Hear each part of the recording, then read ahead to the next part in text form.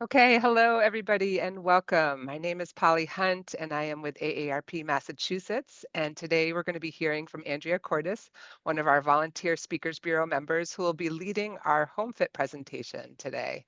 Before I tell you a little bit more about Andrea, I want to take just a minute to share about how AARP is fighting for you.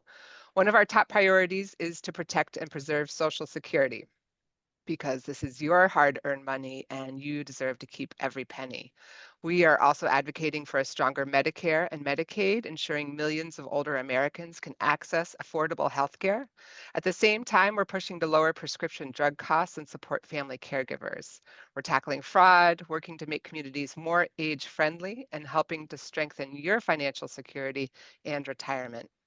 Thanks to the voices of millions of AARP members, we are making real progress, and we hope you continue to follow what we're doing on the local level, whether you're in Massachusetts, where Andrea and I are right now, or another state or territory. You can always go to aarp.org/local. Now, more about our presenter today. Andrea Cordes has been a certified occupational therapy assistant since 2003, with experience supporting older adults in skilled nursing, home health, mental health, and community-based settings. She also serves as adjunct faculty, helping to guide and inspire future occupational therapy practitioners. As training and education manager at the Massachusetts Council on Aging, or MCOA, Andrea blends her expertise in aging services with her passion for education and professional development. Andrea has proudly volunteered with AARP Massachusetts for over a decade, for which we are very thankful and grateful for her, serving as both a CarFit instructor and a member of the AARP Massachusetts Speakers Bureau. A certified yoga instructor, she brings patience, curiosity, and creativity to all she does, whether teaching, facilitating, or volunteering. Andrea, we're so thrilled to have you with us today, and I'm going to hand it over to you now. All right. Thank you so much, Polly. Um, it's funny, today is like AARP day for me because during the day I did a whole car fit training. So I'm just keeping the theme here, keeping the theme.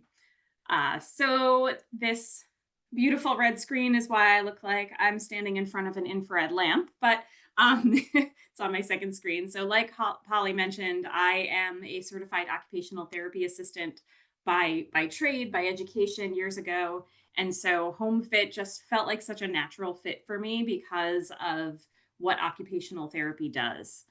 So tonight we are going to be talking to you. I am going to be talking to you about how to make your home fit. And so I want you to think in your mind, just think of some words that come to mind about what the word home means to you. And, a lot of people think safe, they think family, they think comfort. So all of those things make us want to live in our homes forever, right? Nobody dreams of waking up and says, you know what, I think I want to go to a nursing home today. We all want to stay at home as long as possible. So, this is what this whole presentation is all about. These are our goals. So, our goals for this evening are to be able to have you recognize some key home modifications, apply some DIY, do it yourself fixes to make spaces safer and more livable, and to plan for some potentially more expensive changes to your residence that would allow more lifelong occupancy. The Home Fit Guide that AARP has put out is a really fantastic resource. It is available online. You could order a packet by mail as well through our website, which will give you all of those resources at the end. I believe Polly will send those out with the recording. So don't worry about, keeping them here and having to memorize all these things tonight because you will get the Home Fit Guide at the end of this program. So again, we're going to be doing a kind of a little tour of the house. We're going to talk about making your home fit. We're going to talk about a concept called universal design. I will expand on that a little bit more. We're going to be taking a tour of our home and how to make your home fit. We're going to show you some do-it-yourself fixes and then some things that are a little bit more of a professional upgrade. So we're going to cover everything from the entrances and exits, the kitchen, the living room, hallways, lighting, electrical, bedroom, bathroom, every room in your house. So throughout this presentation, if you have questions about specific rooms in your house, it's not always possible to answer every single thing, especially not seeing their home, but feel free to put those in the Q&A and we'll try to answer those as best I can throughout the presentation. So just a couple of things that we're going to talk about here. We have um, some things can make such a big difference. Even a tiny little thing like this picture is showing. This has actually two really great things within this one picture. The first thing is the nightlight at the top here is one of those. If you see that little dot underneath the nightlight itself, that's one of those motion sensors. So or darkness sensors, I should say. So when the lights go off, the overhead lights are off that night, that night light will be on so that you can see your way in the hallway.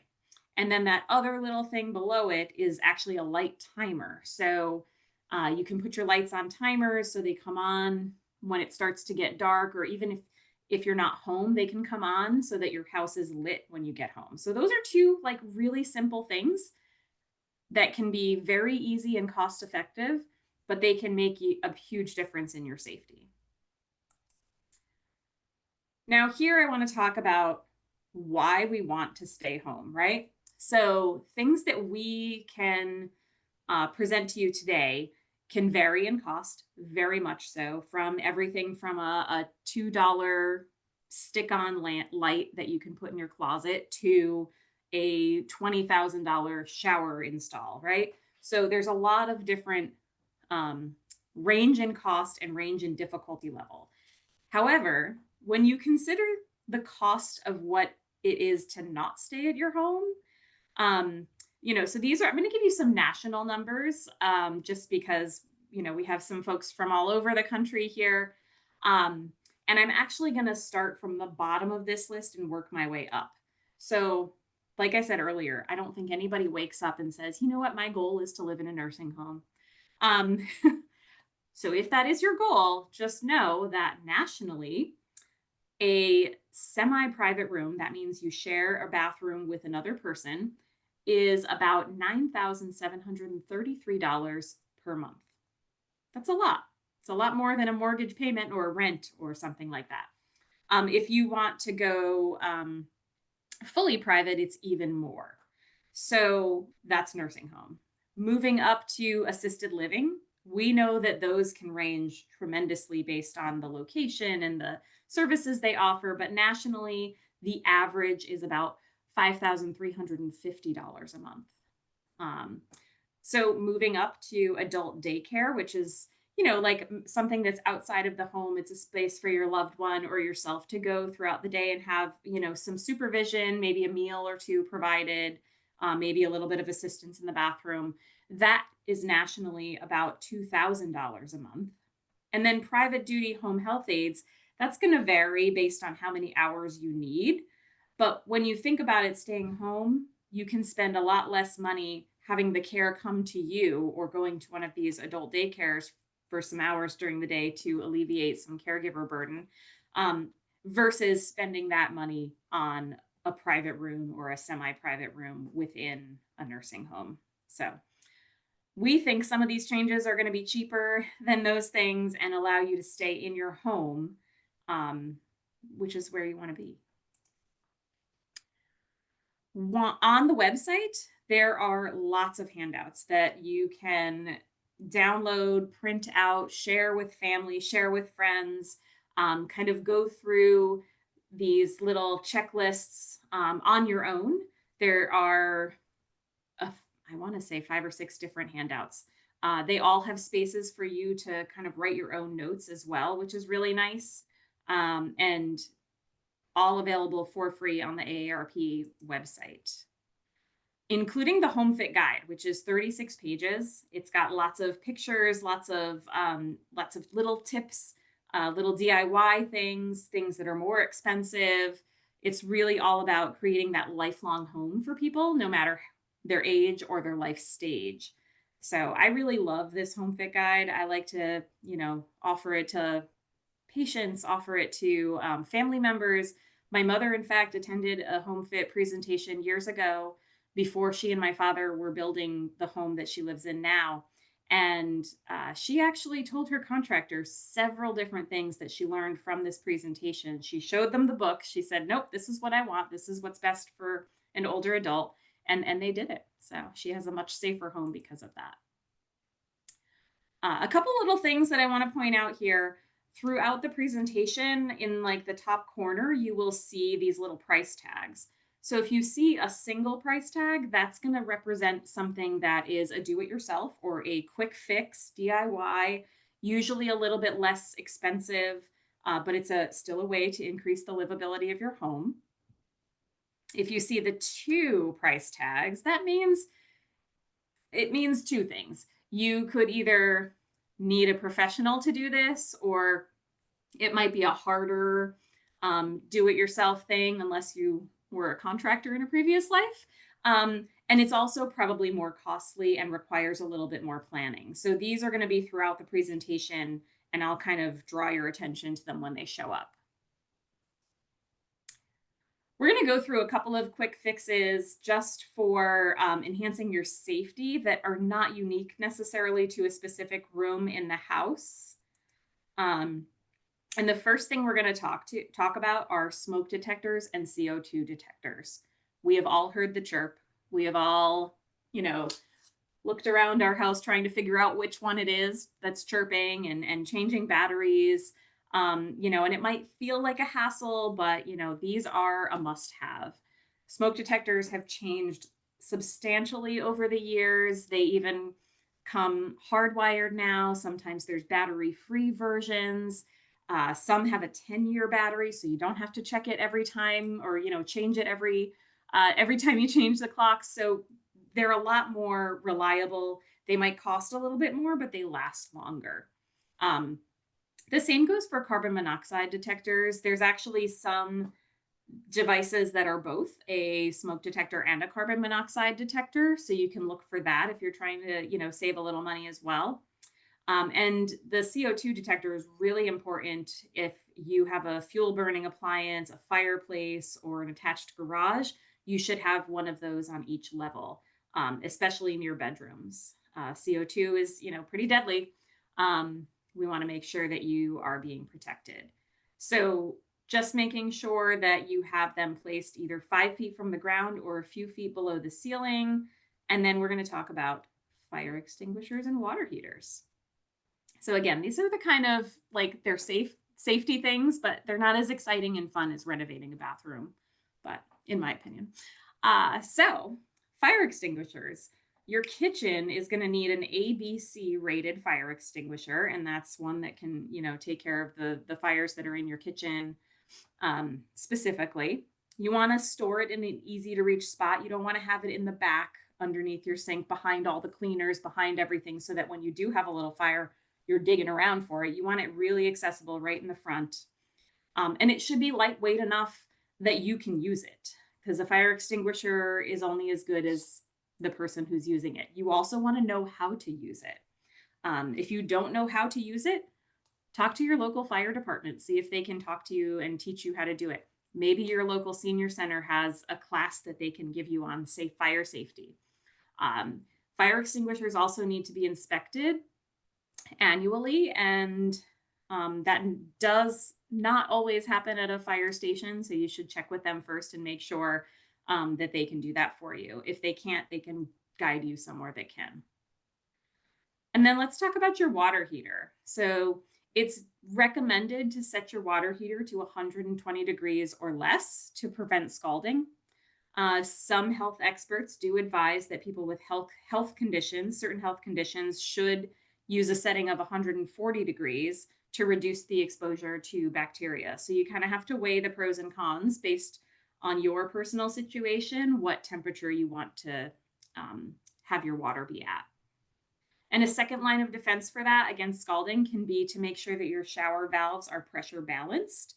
And that means that the cold water won't flow away from the shower when a toilet is flushed. We all know about that. That is something that a plumber can help you out with. And I just see that there might be some Q&As popping up. I just want to make sure I have that open. So, all right. So now I have that open. And we are going to work Next, we're going to look at, oh, I just want to point out here's the where the price tag is. So up in the top right corner is where you'll see that. Next, we're going to look at throw rugs and step stools. So these are some things that I don't love. So where you see the X, the red X, these are things that we don't recommend. I know that the braided rugs were all the rage back not long ago, actually. But what happens with those is they're very slippery. You could take a step right on it and it can keep going. It has no grip on the bottom. So it's really more adding something for you to fall on with it, increases your fall risk. So what we have here with the green check mark, this is, it's called an anti-fatigue mat. It's a little bit thicker. It is, has a grip on the bottom. So it's not going to move as much. It's a little heavier than the rug as well. So if you step on it, it's not going to be um, as slippery because it's a little bit heavier. I am noticing, I just saw that somebody recently bought a fire blanket. Would it burn if you threw it on an oil fire on the stove? Fire blankets, I believe, are okay over any type of fire, but I don't want you to quote me on that. I want you to check with your local fire department for that because I don't want to speak out of line with that one. um, the anti-fatigue mat, I do want to share that if it's an older one, if you've had it for a few years and it starts to feel like it's getting slippery, replace it. Definitely replace things that are not feeling safe to you anymore. Step stools. Now, this little step stool here looks like it's foldable. It looks like it's easy to store in a section of your house that's not going to be, you can grab it and put it together and step on it. It's just not sturdy. It needs to be sturdy enough for you to put your whole weight on it, preferably a non-slip grip surface on the stool itself. If you look at this model here, this black part here is a nice non-slip material. It also has a handle. I know it's not going to be as easy to store, but it is a lot safer. So we are going to move now to the exterior of the house. So whether you have a residence that is a house or an apartment, we want to make sure that your exterior is free of clutter, protected from the elements, and has an accessible entrance. So we're going to talk about what that looks like, whether it's a home or an apartment. Either way, we want to make sure that we have some things in place. Now, a porch. That doesn't have to be, a full patio style. It can just be the entrance to your home, your building, your house itself, your freestanding house. We want to have address numbers that are highly visible. So this is obviously great for people who are delivering your mail, people who are delivering packages, but it's also great for first responders.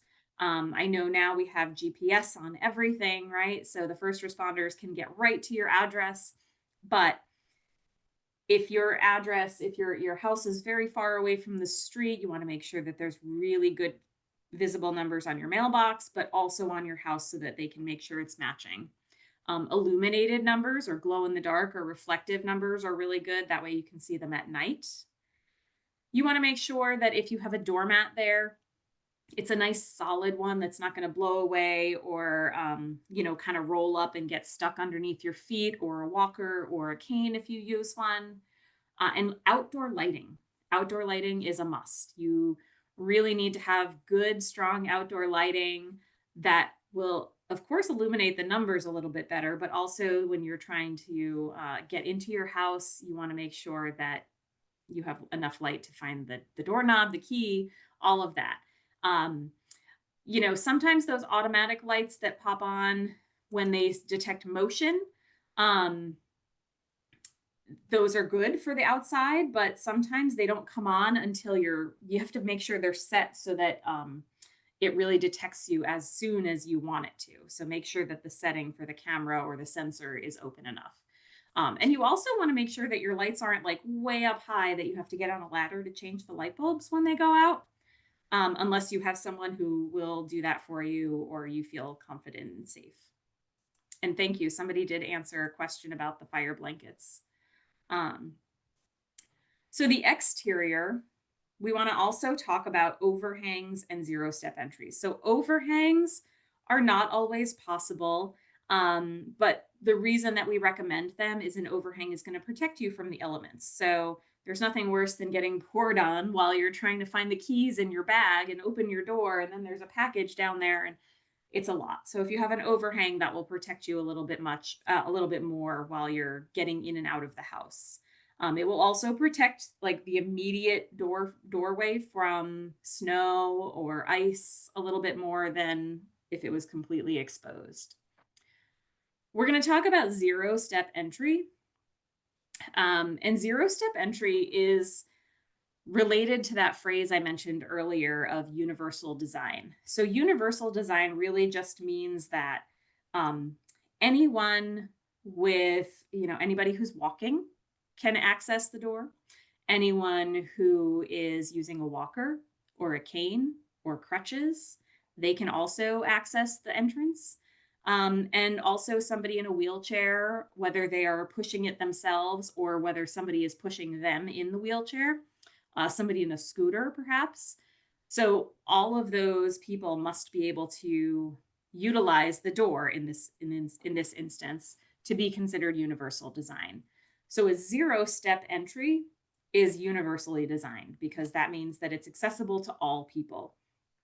And when I talk about having a zero step entry, it doesn't have to be the front door. I have worked with a lot of people over the years that the front door of their house was just not the best place for a wheelchair user to go through, but the garage was great. So they built a little ramp within the garage rather than in the front of their house because that just worked space wise better for them. So just know that when you're thinking about this for your own house, if you don't currently have a zero step entry, just know it doesn't have to be your front door. It can be your back door, even if you have a nice open yard in the back that you could have more space for that. Now, here's some numbers I'm going to throw at you, and you can write them down, but you will be able to see them in the Home Fit Guide as well. Um, the ideal width for a door is at least 32 to 36 inches, and that is enough space for a wheelchair to pass through. And the ideal height would be at least 80 inches. I don't know that I've seen too many doors that are that short. That are shorter than that, but that's the ideal height. But 32 to 36 inches wide for a wheelchair user to be able to get in and out. Now, zero step entry, there's a lot of ways you can do that. We will talk a little bit more about ramps in a few slides, and I could literally do an hour on ramps, but I won't. But if you have a house like this one right here, you can see it's the door is just basically close to the ground anyway. So what they might have done here is just a nice graded path up to that door. So it could be that the sidewalk pavement goes up a little bit to get into that door.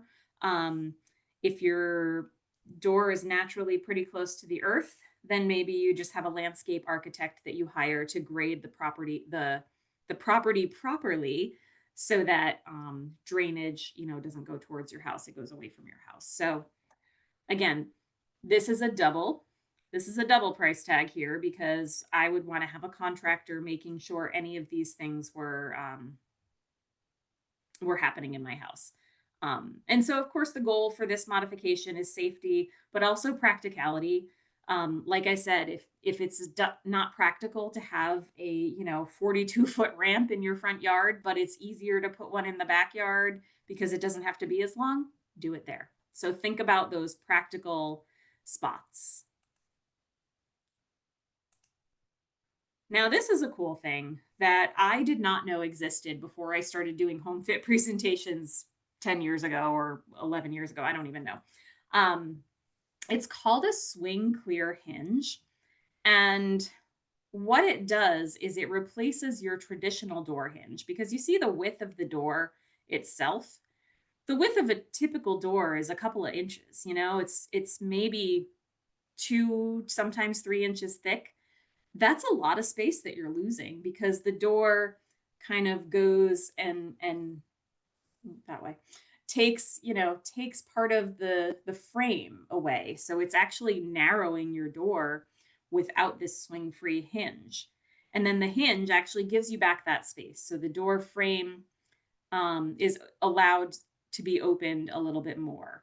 And that's about 38 inches in this particular case. It could get you up to 38 inches wide. And remember, 32 to 36 is ideal for a wheelchair.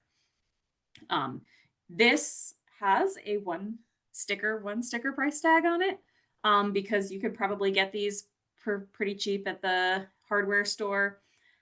Personally, I would not do this myself because I would probably install them incorrectly and then my door would never open. So I would pay a contractor to do this, but you might be handy, or you might have a family member who's handy. So something to think about. We're going to stick with doors for a moment here, and we're going to talk about peepholes, handles, and locks. A peephole is great if you want to be able to see who's outside before you open the door. This, if you have a doorbell that has a video camera on it, that's another option that you don't have to open the door, or, you could see who's coming before they even are at the door itself. They you see them walking from the driveway. Um, Thinking about handles for your door. Now, this is one of the tricks that my mother took from the presentation she attended. Lever lever style door handles are considered more universally designed than a doorknob. And that's because as we age, sometimes our grip strength gets a little bit weaker, and having to grip a doorknob and turn it might not work. If you have somebody with a spinal cord injury, they don't have that dexterity. So a lever style, you can use more of an open hand. You can even use your elbow. You can use your whole arm to open the door. So it's considered more universally designed for that reason. Um, Obviously, when we're talking about safety, we want to think about the locks that we have on our door. A deadbolt is much stronger than just the little the little lock on your doorknob itself. And again, this is not the style we would recommend for universal design.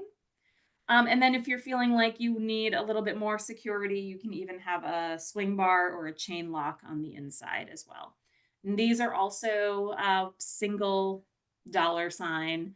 Unless you go with the video doorbell, that might be a little bit more pricey depending on the style that you choose to purchase.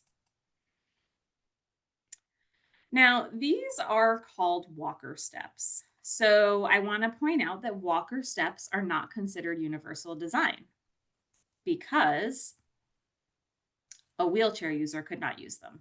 So a walker step is a great option if you know that that's what you are needing, is just for the walker. What happens with a walker step is the steps are a lot deeper, so you can actually lift the whole walker and the person onto each step. So they're able to like step up, take a break, step up, take a break.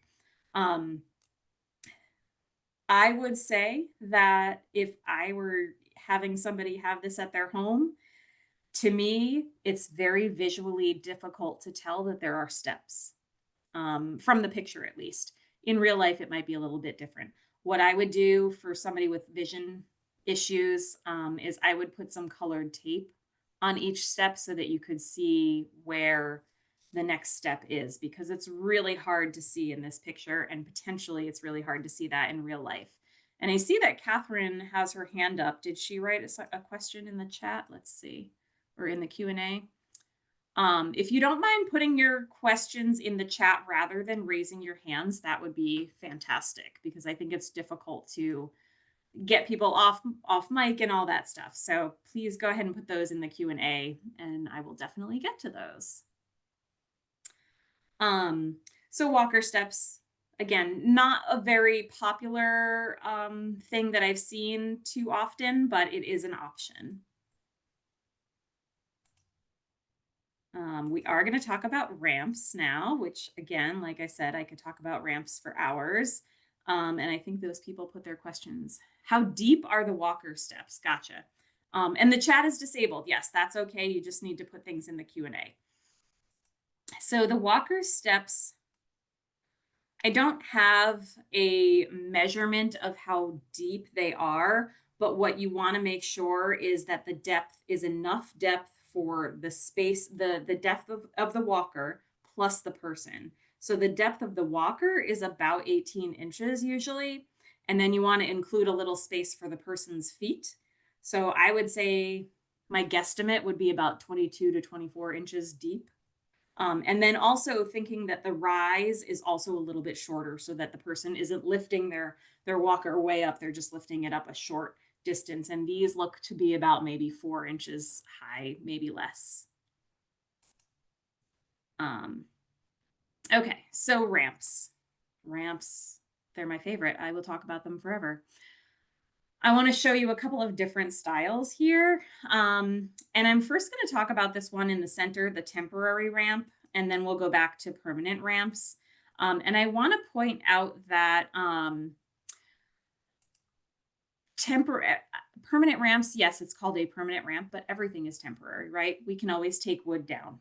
So it's not fully permanent, um, but it's more permanent than a temporary ramp.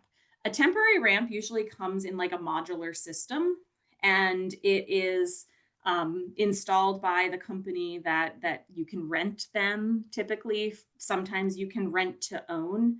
Um, you'll see up here these are double price tags because typically it's a little bit more expensive to install a ramp. So the temporary ramps, like I said, they come usually like in a modular system. The company that you're renting them from will um, put them together. That you'll see this one on the screen also has some that have steps on the side. Not all of them have that. They typically have a grippy surface so that it's easier to go up and down, and they will both have railings on both sides for the ramp. So when would you get a temporary ramp versus a permanent ramp? Most people get them if maybe they know they're having a surgery and they're going to be using a walker or a cane or crutches or something like that for a short amount of time. A person who's a wheelchair user would likely get a permanent ramp or maybe rent to own a temporary ramp, something like that. Um, Somebody in the chat is talking about that the VA paid for their father-in-law's electric wheelchair and also a front door permanent aluminum ramp. That's nice. That's nice. So yeah, you're always going to want to look into any funding sources that you can. The VA does have some good programming, so check out with your local VA and definitely look into that. So let's skip over to the permanent ramps for a second. Permanent ramps, a lot of people like these if they're looking for the aesthetic to match their house because, a metal ramp is not as pretty as a permanent ramp that's, architecturally matches the house, something like that, right?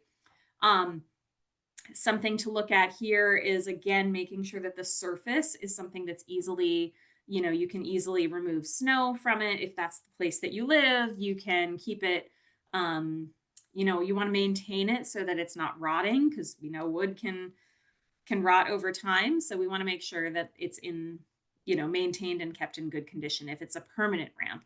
The temporary ones are a little more, they're metal. So it's a little less, you have a little less to worry about with than the wood, but definitely a contractor needs to be involved in this. So I think earlier I mentioned that sometimes people put a ramp elsewhere other than their front door because if so for every inch of rise, you need a foot of length. So if your door is, I'm just going to use a low number. If your door is 4 inches from the earth, you need 4 feet of ramp. If your door is 12 inches from the earth, you need 12 feet of ramp. So the higher your door is from the earth, you're going to need more ramp. And not everybody has the real estate in their front yard for that distance of a ramp, depending on the height of the door. So what you end up doing is maybe doing what's called a switchback. So you come down and then you turn and then you come down and then you turn and then you come down. So that's one way to kind of cover the distance is by doing some switchbacks. You do need some more space. So it's something to consider. If you have a lower door in a different part of the house, like the garage or the back door, it might behoove you to try ramp there because then you would need less ramp as well. Um, Another option for people with not a lot of real estate. Oh, you know what? Before I talk about that option, let me talk about this last little guy, the threshold ramp. I love this one, um, but it's really only for certain situations. So the height of the door to the earth has to be really small, because these threshold ramps don't come much more than 3 inches high. So if you're, um, just a couple inches away from the earth, you could probably get away with a threshold ramp. What it's made out of is like a really dense kind of piece of foam. It's heavy, so it's not going to move when you go up to it with your walker or your wheelchair. Um, it's a little less permanent. It's movable, but it's not easy to move, but it's movable.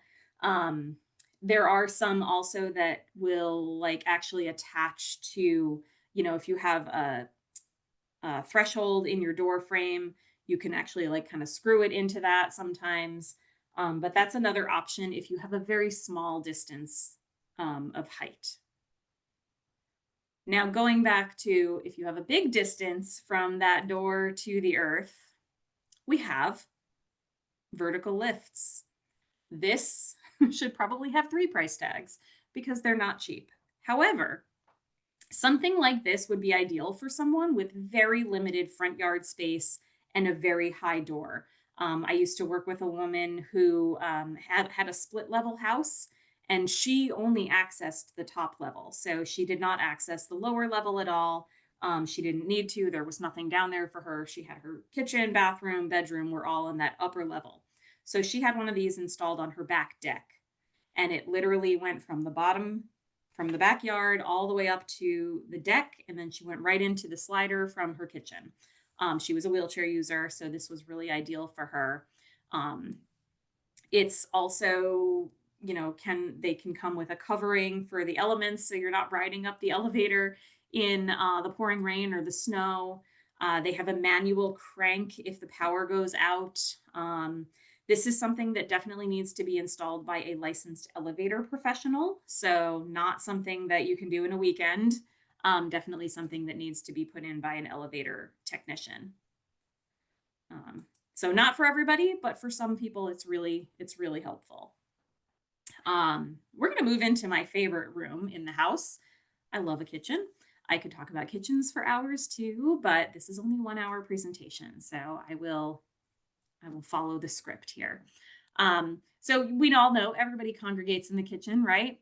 It's a very welcoming environment. It smells good in there, but it also has its hazards. So we're going to look at a few things to make it a little bit safer. So some quick fixes here. You'll see this is the one price tag option here. I want to talk about the handles first before I talk about open or drawers and open shelves. We're looking at these handles here. These are called D-shaped handles. So this one right here on the cabinet and also this one here on the drawer. So D-shaped handles are also universal design. Those little knobs, not universal design. We already talked about that, right?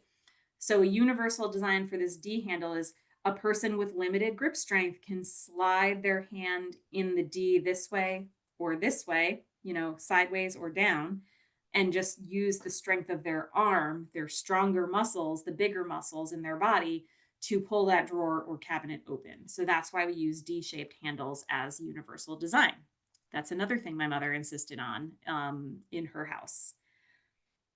So you'll see this gentleman is in a wheelchair, and he's got drawers. Oops, sorry about that. He's got drawers rather than, cabinets that he has to like, dig into. So he's got his bowls, his pots and pans in a drawer that's really deep on the bottom of that kitchen counter there. I love my drawers for my pots and pans personally. I find it a lot easier to open a drawer because you can see all of the contents of that drawer rather than if you opened a cabinet, even if it's a deep cabinet, you got to like dig through to get back there, right? So a drawer is nice because you can see all of the contents when you pull it open. Um, Thinking about open shelves, if you just get rid of the doors on your cabinets, you can see everything.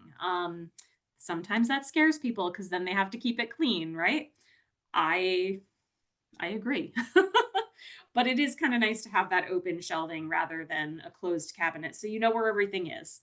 I often would tell people who live alone or with just their spouse that, if the cabinets are getting tricky to reach up into, maybe just keep a couple of things in the dish rack that you use, a couple of plates, a couple of cups, and a couple of bowls. That way, when you have company over, then you have to get into the cabinets, but then you have that really safe footstool that we talked about earlier to get into that cabinet. Um, we talked about the cushioned slip resistant mats, those anti fatigue cushions. We've already talked about those. And then also alternative prep spaces. So maybe you have a little cafe table in your kitchen that you sometimes eat at.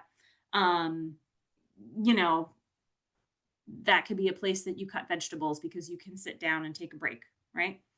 Somebody did mention open cabinets are not good, or open shelves are not a good idea for earthquake areas. Yes, that would be absolutely true. Um, Keeping things on a lower surface or in drawers might be better for you. Um, I've only had one earthquake in Massachusetts in my years of living here, and I think I had one in New Jersey when I lived there before.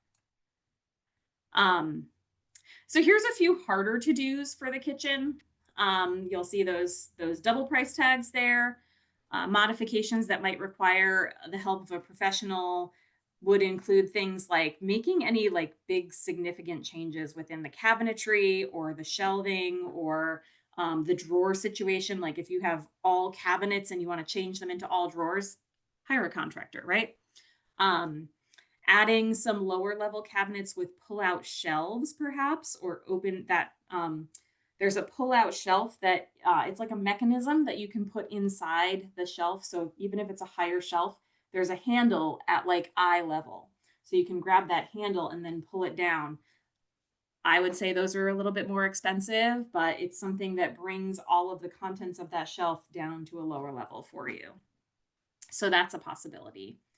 You'll see in this picture that nice pull out. It almost makes like a little extra counter surface for you. So if you're limited with counter space, this might be a really nice idea for you for when you're doing some meal prep and you could actually sit on that stool and, work on cutting vegetables or what have you. Um, so thinking more about the cabinets over your refrigerator, um, we all have them. Right? I don't know whoever designed the first time put cabinets above a refrigerator, but I don't know about you. I keep my china that I hardly ever use up there.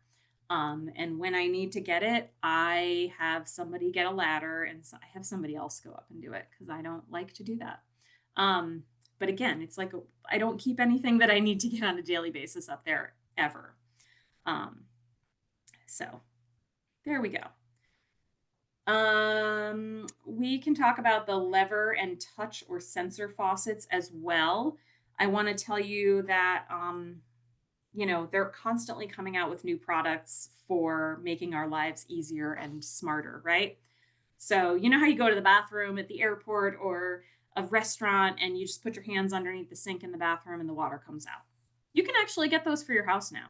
And they're not super, super expensive, but it's definitely more expensive than a regular faucet. So you can get something like that, perhaps, maybe have a plumber install that or a contractor install that for you. Um, the word lever, the lever style, or just the handle that comes down, and I don't think we have a picture of that. No. So a lever style will just say is more universally designed than the knobs to turn for the water, because again, you can use it your whole arm, you can use your elbow, you can use bigger muscles from body parts than your smaller fingers. So that's what a lever style is. That is more universally designed. The sensor is definitely universal design because you don't need any grip strength at all to do that. You just need to wave your hand. Although sometimes those sensors are tricky, right? So let's talk about the bathroom. So sometimes we pay more attention to decorating our bathrooms than to making them safe. Um, Falling in the bathroom is painful and potentially life threatening, mostly hard surfaces, right? Your floor is usually tile. Your toilet is definitely like ceramic or porcelain. Your countertop is usually tile or porcelain. Your tub is hard. All of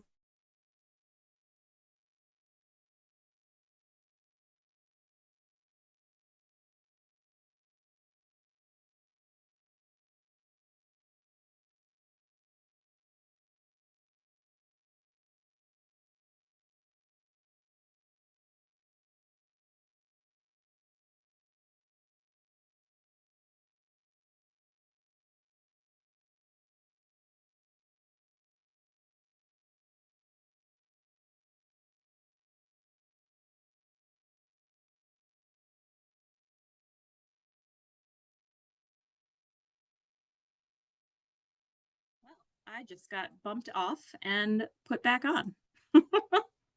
Sorry about that. That was interesting. Anyway, back to bathrooms. So here we go. Okay. So I was talking about the commode. The commode is one of the items that is covered by Medicare if you have a prescription, and it's called a 3-in-1 commode. You can also get them, you can purchase one without getting a prescription, and that, they're relatively cheap. I would say less than $40 or $50 for a 3-in-1 commode. The three options you have for that commode, number one would be over the toilet, like we see in this picture. Number two would be every 3-in-1 commode comes with a bucket, and that can be a bedside commode. And the third thing that they think you can use a 3-in-1 commode for would be a shower chair. Odd, but yes, it's a possibility. Um, so some of the other things you want to think about are rubber backed mats. So thinking about that outside of the shower, yes, we talked about mats being a tripping hazard, but if you have something that has a good tacky surface to it on the bottom, you can use that in your bathroom. You want to make sure that it's something that's not going to move or get tripped up on over with a walker or your own feet. You want to make sure that that is a good grip on the bottom. You also want to make sure that you have non-slip things in the tub. I am not personally a fan of the mats that like suction cup onto the surface of the tub because it tends to get a little bit it could be a little bit slippery if it's not cleaned often enough and properly enough. So I like those the old school, like they look like the little daisies or the butterflies sometimes, and they're that tacky, grippy material, and it's like a sticker. A little bit easier to clean those than the mat itself that you have to like pull off the floor, right? Um, we want to think about night lights, having night lights within your bathroom so that when you're getting up in the middle of the night to use the bathroom or first thing in the morning, a night light that just comes on automatically when the lights go out is best.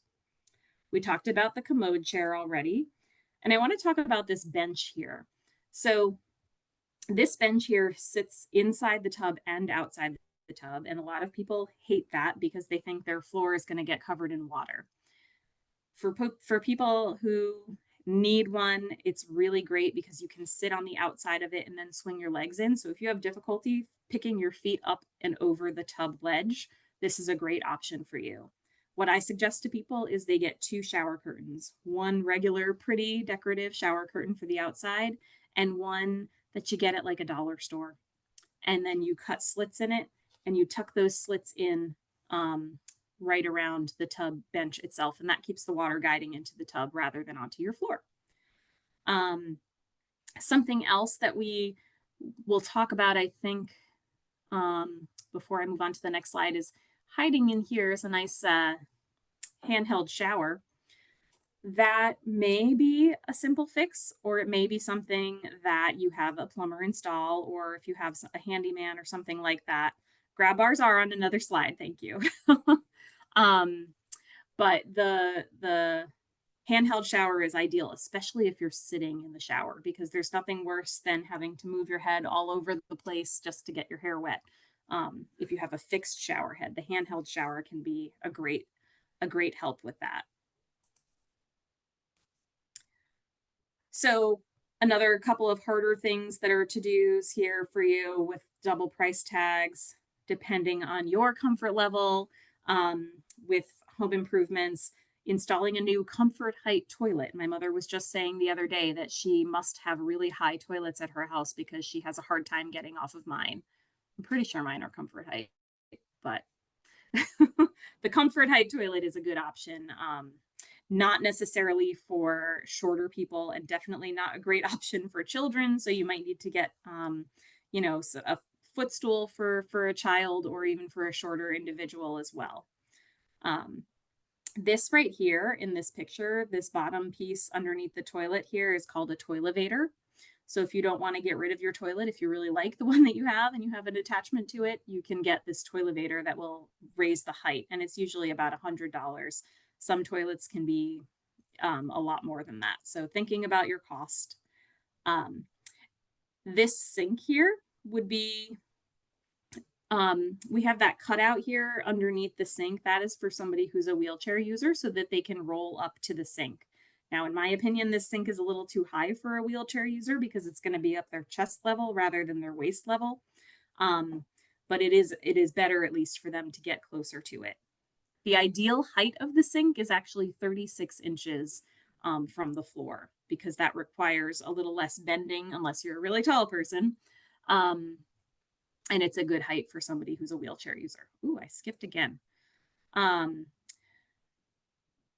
what else am I missing here? Oh, we're going to talk about showers next. And this is where grab bars come in. They'll be in the next slide, don't worry. But a doorless wide shower with a 0-step entry is universally designed. So you'll see in both of these options, this one option over here has a little bit of a lip. So that's actually not universal design. The other one has no lip. It's kind of hard to tell. But you'll see that they both have handheld showers. Um, this one over here on the left does not have a seat option. This one on the right has a seat option that folds down.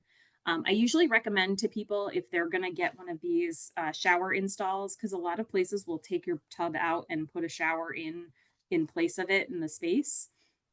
But you want to make sure you're trying these seats out yourself in their showroom, because sometimes the seats are really narrow and you want to make sure you're feeling comfortable and you have enough space to sit on that. But again, this is definitely a double price tag feature here because for sure it's for sure a more expensive fix.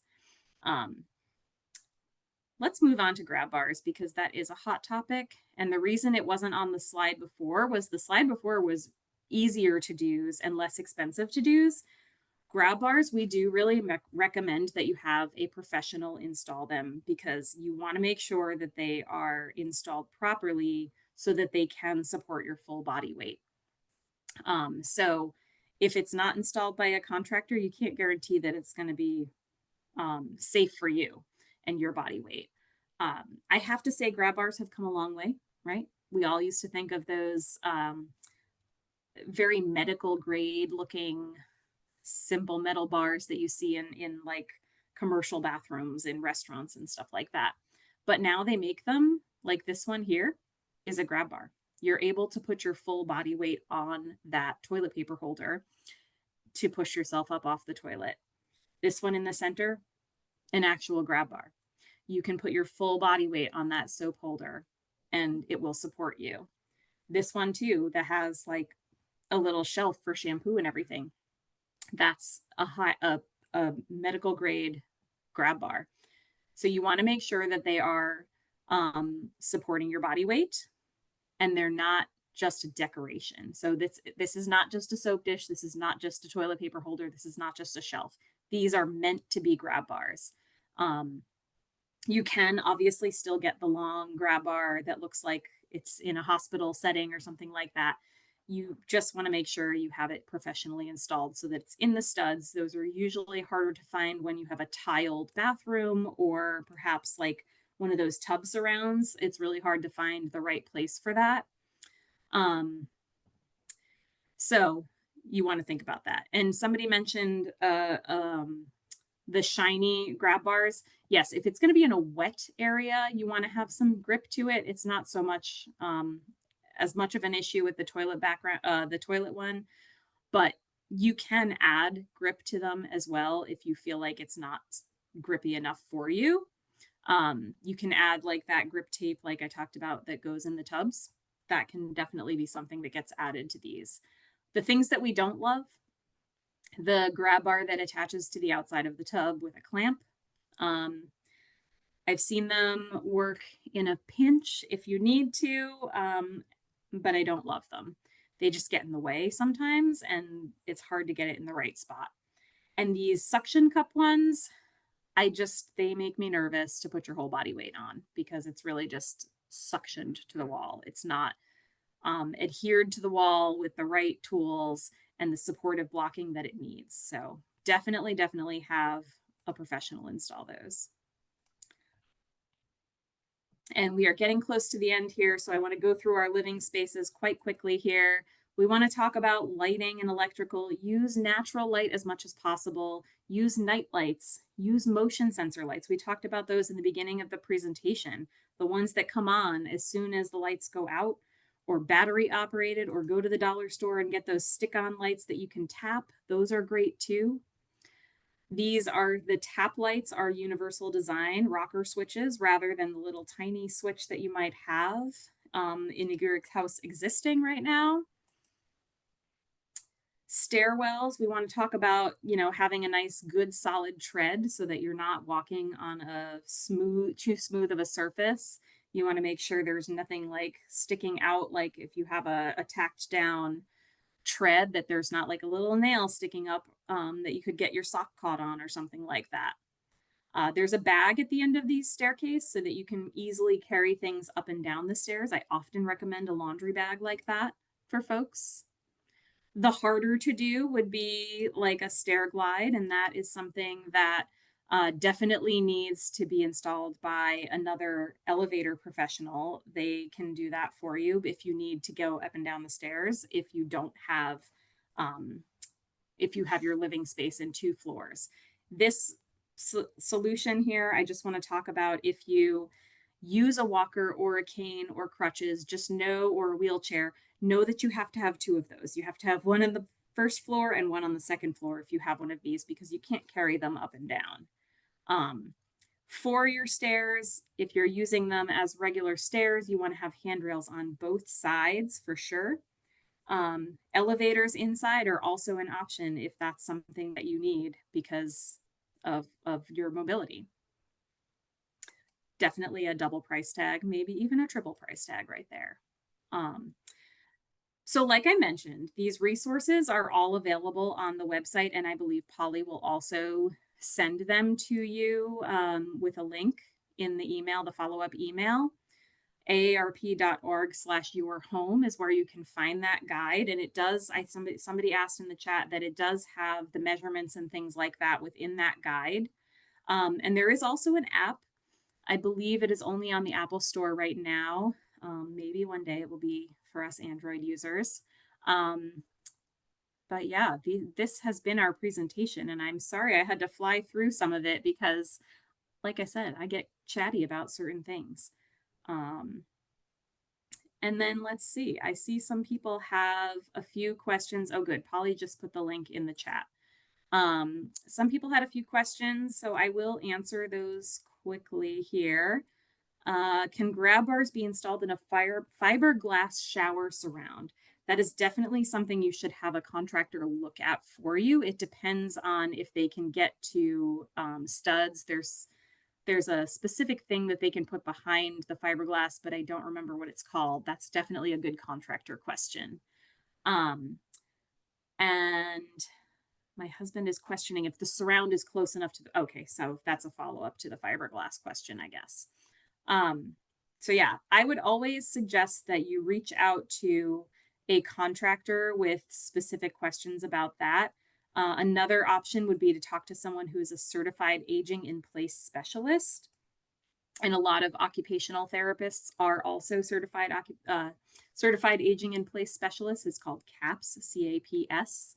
And you can actually look people up online. There is a resource in the HomeFit guide that tells you how to find someone who is CAPS certified.